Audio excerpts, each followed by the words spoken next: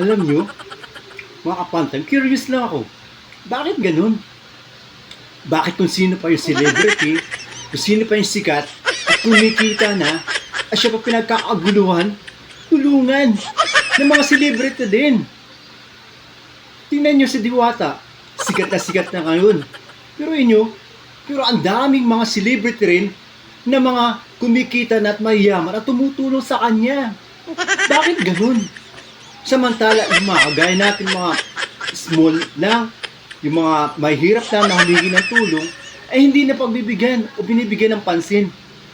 Yung hindi nangangailangan, yung binibigyan ng tulong. Bakit ganun? Ano mayroon? Di ba? Yung napapansin ngayon, kung sino pa yung kilala, siya pa pinagkaaguluhan tulungan. Samantala, yung mga nangangailangan ng tulong, hindi naman tinutulungan. Bakit ganun? Ano mayroon sa atin? Tingnan nyo, ngayon, laman ng headline ngayon, puro si Diwata. Opo, humahanga po kay Diwata, napakagaling po niya. Pero curious lang ako, bakit ang daming lumalapit sa kanya ng mga celebrity din o mayayamang tao na tumutulong sa kanya sa halip na tulungan yung mga tao na walang-wala talaga. Ano mayroon sa kanya? Kayo ano nga mayroon? Bakit kailangan natin tulungan? Yung isang tao na hindi naman kailangan tulungan. Yung mga tao na kailangan ng tulungan, hindi natin tinutulungan. Ano mayroon?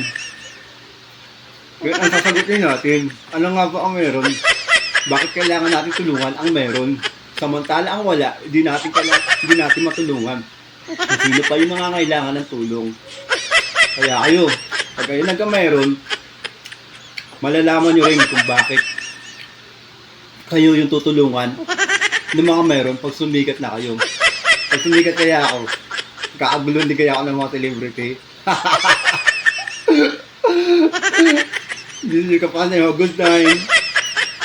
Kain po tayo. Yummy. Ulam.